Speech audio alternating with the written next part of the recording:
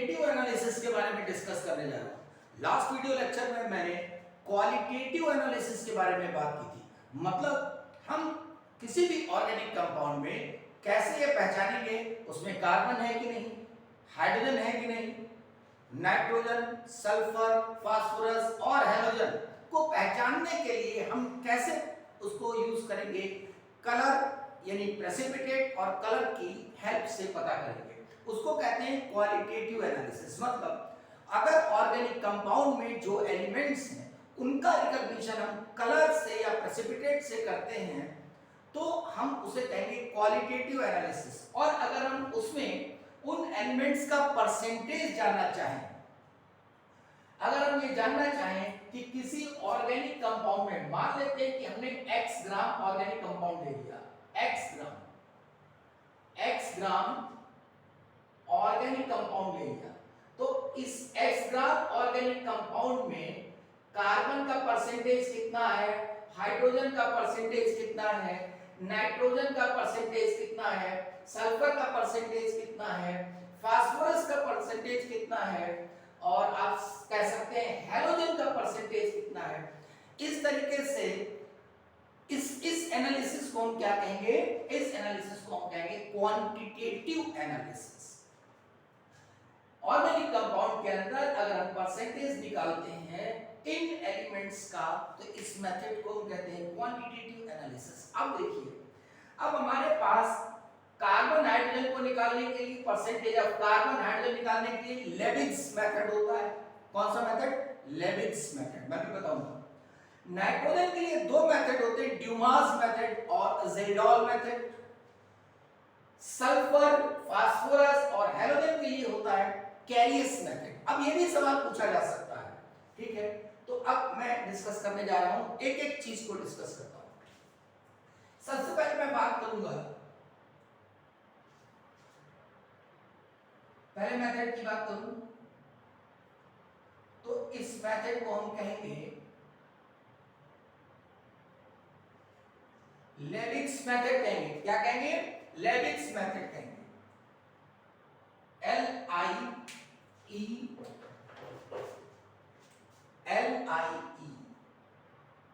लेविग्स, L-I-E-B-I-G। तो ये लेविग्स मेथड कहलाता है। लेविग्स मेथड से हम क्या क्या पता करते हैं? कार्बन और हाइड्रोजन। और इसमें किस मेथड का यूज करते हैं? कंबस्शन। कंबस्शन होता है इसमें ऑर्गेनिक कंपाउंड का। कंबस्शन ऑफ ऑर्गेनिक कंपाउंड, यानी जो x ग्राम अपने ऑर्गेनिक कंपाउंड ले रखा है उसका कंबस्शन करते हैं। देखिए, अगर मैं ये कहूं कि ये कंबस्शन ट्यूब है कोई, जिसमें मैंने ऑर्गेनिक कंपाउंड ले लिया,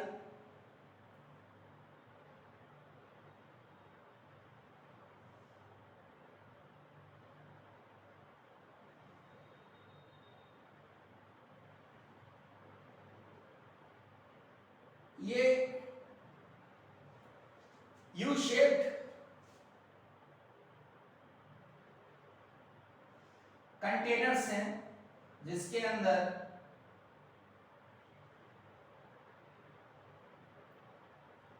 हमने कंपाउंड ले रखे हैं जिनसे कि हमें बाकी आगे फर्दर एनालिसिस करनी है।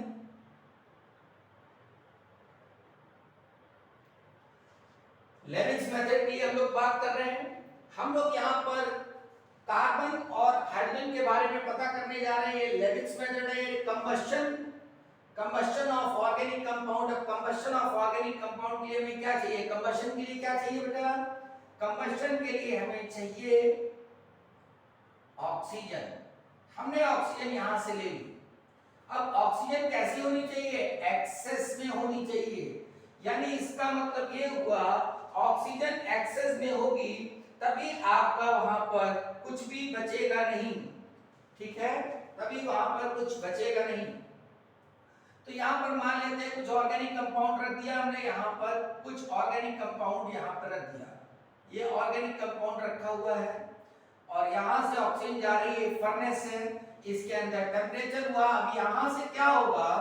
जब ये जब हाइड्रोकार्बन की बात करूं मैं, सपोज करिए CXHY की बात करूं और ऑक्सीजन से रिएक्शन हो रहा है, इसको ध्यान से सुनते रहिएगा क्योंकि मैं भी हटा दूंगा इसको।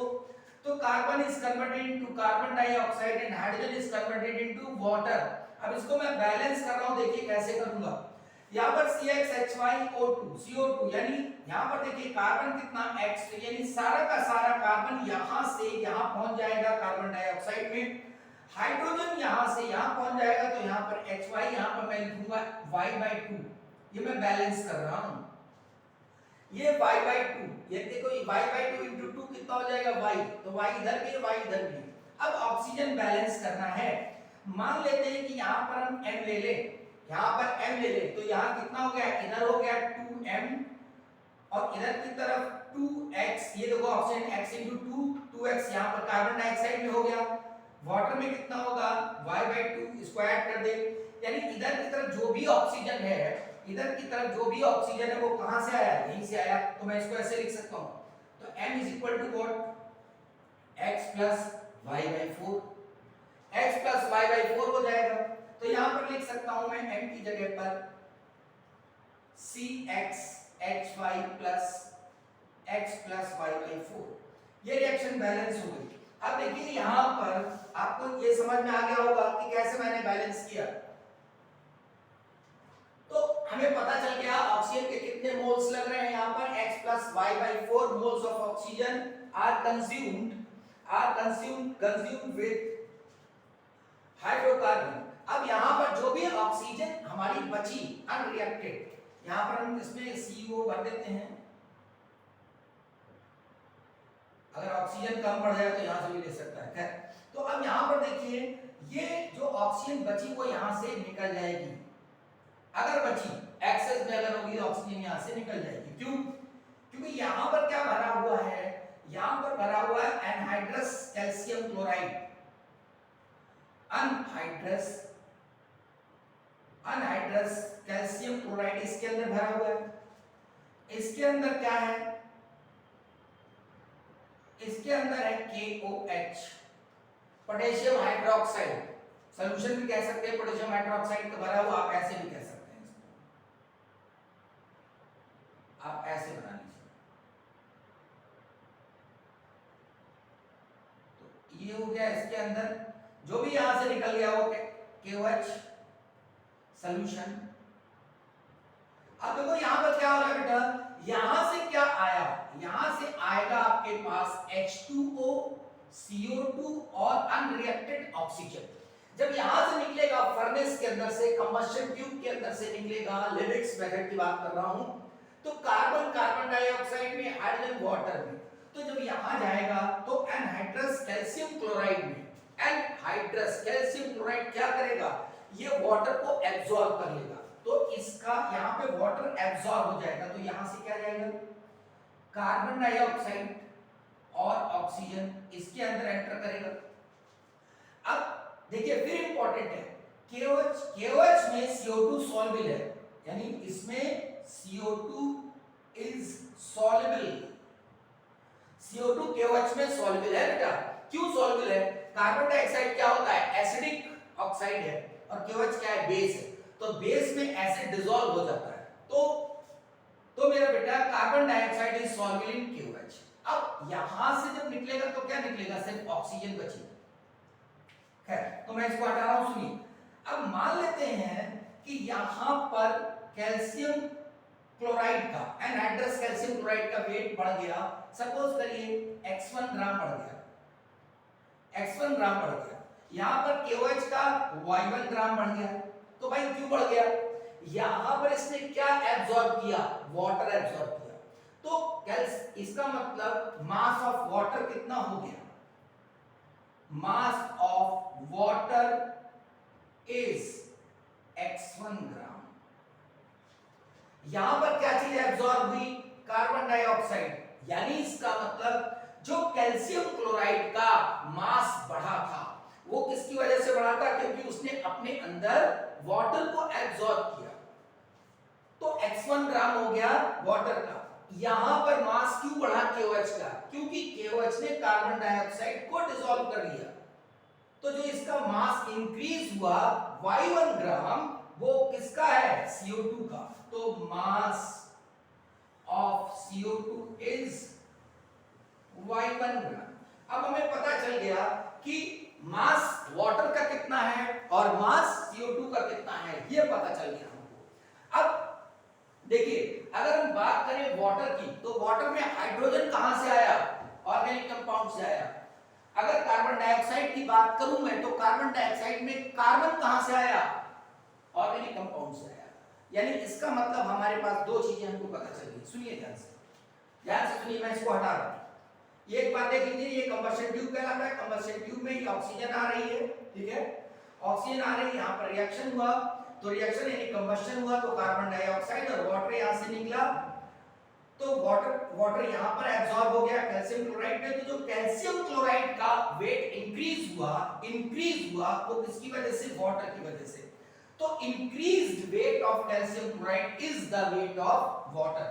Increased weight of KOH, increased weight of KOH, potassium hydroxide, is the weight of carbon dioxide। तो मेरा ख्याल ये आपको बात समझ में आ गई होगी, इसको मैं हटाता हूं। अब सुनिए, अब कैलकुलेशन देखिए इसका। हमको पता है कि अगर हमारे पास कार्बन डाइऑक्साइड, मैं वाटर की बात पहले करता हूं, अगर मैं कहूं कि वाटर, तो वाटर में क्या होगा, 18 ग्राम में 2 ग्राम हाइड्रोजन है, 18 ग्राम में 2 ग्राम हाइड्रोजन है। इसका मतलब ये हुआ, कैलकुलेशन सुनिए ध्यान से, x1 ग्राम वाटर आया है। अगर मान लेते हैं 18 ग्राम वाटर होता तो उसमें हाइड्रोजन कितना होता, 2 ग्राम, तो 1 ग्राम होगा तो कितना होगा, 2/18, 2/18 है कितना हमारे पास, x1 ग्राम, तो क्या हो जाएगा 2x1/18।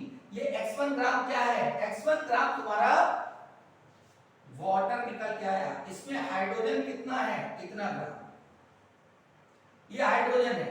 अब ये हाइड्रोजन अगर हमारे पास है तो ऑर्गेनिक कंपाउंड x ग्राम में ये प्रेजेंट था, ये कहां से आया हाइड्रोजन, ये x ग्राम से आया। तो इसका मतलब परसेंटेज ऑफ हाइड्रोजन की मैं अगर बात करूं, परसेंटेज ऑफ हाइड्रोजन की देखिएगा, percentage of hydrogen, percentage of hydrogen is equal to 2/18 into x1। ये क्या है, mass of hydrogen in water. तो हाइड्रोजन ये कहां से आया, ऑर्गेनिक कंपाउंड x से आया, into 100।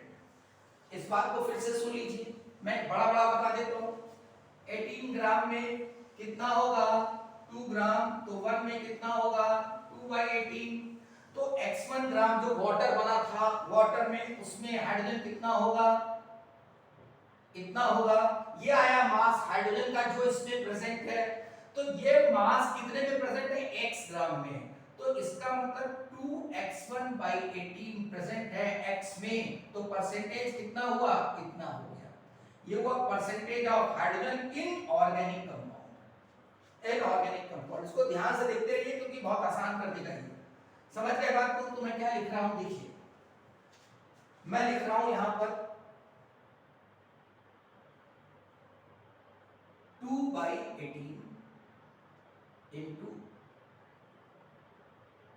mass of water upon mass of organic compound, that is x, and it is x1 into 100। ये मैंने इसलिए किया क्योंकि आपको फायदा करेगा पूरा।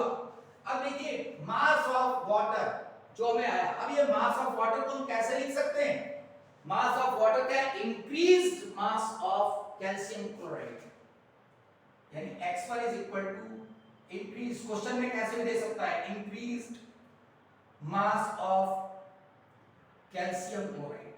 अब देखिए परसेंटेज ऑफ कार्बन, अब वहां पर कार्बन डाइऑक्साइड कितना था, y1 ग्राम, ठीक है, यानी इंक्रीज्ड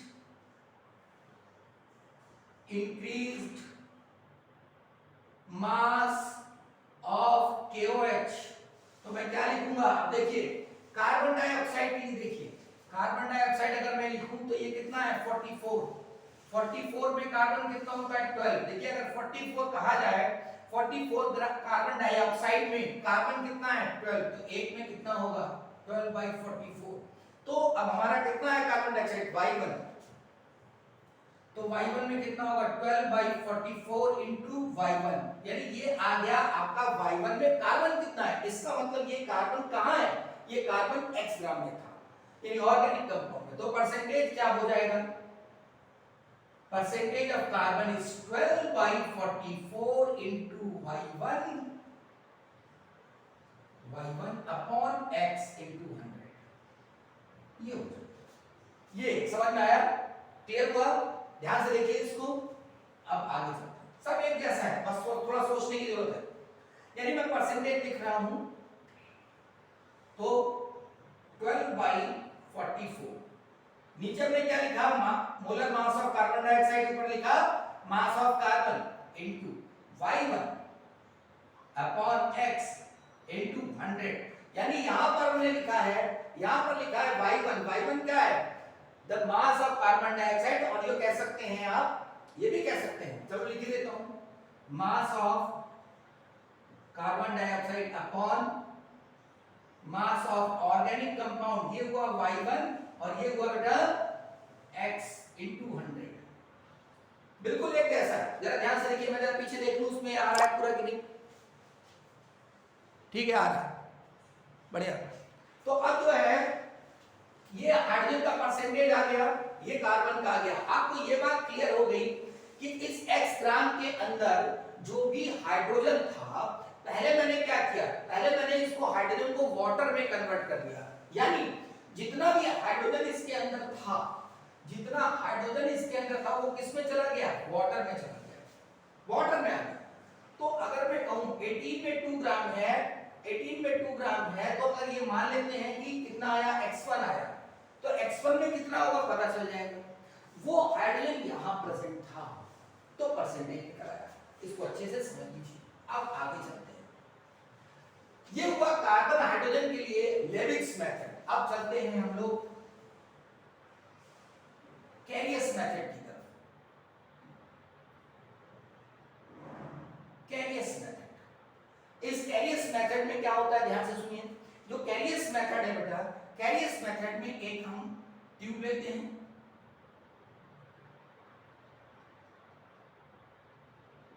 इसको हमने पूरा ठीक से बंद कर दिया। यहां पे ऑर्गेनिक कंपाउंड, जो भी ऑर्गेनिक कंपाउंड है X ग्राम हमने ले लिया, इसके अंदर HNO3 silver nitrate according to the need, जो हमें जरूरत है वो हमने ले लिया। HNO3 ले सकते हैं और AgNO3, ये मैं अभी बता रहा हूं, उसको हटा दूंगा, ध्यान से सुन लीजिए। ये बम फर्नेस के अंदर, यानी टेम्परेचर बहुत ज्यादा रखा जाता है इस ऑर्गेनिक कंपाउंड को HNO3 के साथ रिएक्ट कराने के लिए या AgNO3 के साथ रिएक्ट कराने के लिए। This is the Carius method, this is the Carius method. अब मैं कैरियस मेथड से निकालूंगा, ये कैरियस मेथड हो गया। ऑर्गेनिक कंपाउंड में ये कब कब यूज किया जाता है, जब हमारे पास हमको सल्फर पता करना हो, जब हमें फास्फोरस पता करना हो, या हैलोजन पता करना हो। बहुत आसान। अब इसको देख लीजिए जल्दी से, ये करता क्या। अगर मान लीजिए कैरियस मेथड, ध्यान दीजिए, कैरियस मेथड, अगर मान लीजिए सल्फर है तो वो क्या करेगा, हमने इसको HNO3 के साथ रिएक्ट कराया, ये कर देगा इसको H2SO4 में कन्वर्ट, यानी सारा का सारा जो सल्फर था वो HNO3 से रिएक्ट किया उसने, यानी एक्सेस में ले लिया। ये सल्फर ने HNO3 से रिएक्ट किया तो क्या हुआ, H2SO4 बन गया। हमें H2SO4 चाहिए, हमने BaCl2 से रिएक्शन कराया, BaSO4 आ गया। अब BaSO4 कैसा आया, प्रेसिपिटेट। अब हमने इसको वे कर दिया, इस प्रेसिपिटेट को वे कर दिया। ये मान लेते हैं, सपोज करें कि ये W ग्राम आ गया, सपोज कर लो ये W ग्राम, कितना है W ग्राम। अब सोचिए इस बार, मेरा बेटा जो भी सल्फर यहां था वो पहले H2SO4 में आया, फिर H2SO4 से BaCl2 से रिएक्शन की तो यहां BaSO4 में आ गया, यानी जो हमारे पास सल्फर था वो अब कहां है, BaSO4 है, प्रेसिपिटेट ले लिया। अब प्रेसिपिटेट को वे कर लो, जब प्रेसिपिटेट को हमने वेट किया वो W ग्राम आया। अब सुनिए, ध्यान से सुनिए, परसेंटेज ऑफ सल्फर में डायरेक्ट लिख रहा हूं। देखिए ये कितना है इसका मोलर मास, इसका मोलर मास होता है 333। निकाल के देख लिया जाए। देखो बेरियम का कितना होता है, एक साइड देखते हैं, बेरियम 137 होता है और इसका 96 सल्फेट का, क्योंकि H2SO4 होता है 98, दो हटा दो उसमें से तो ये हो जाएगा 96। तो 7 से 13 और एक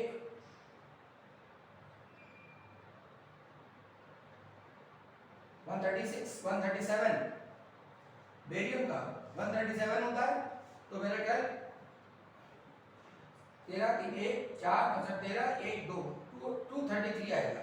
ठीक है, जरा मैं इसको एक बार चेक कर लूं 230 है कि नहीं, एक बार मैं चेक करूं जरा अपने पेपर्स में। सल्फर के लिए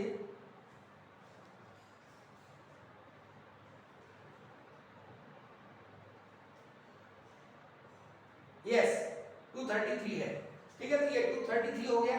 अब देखो यहां पर इसका मतलब इसका मोलर मास 233 और इसमें सल्फर कितना होगा 32, तो ये 32 लिख दिया इनटू मास बेरियम सल्फेट का कितना है W, तो मास ऑफ बेरियम सल्फेट कितना W upon organic compound X into 100।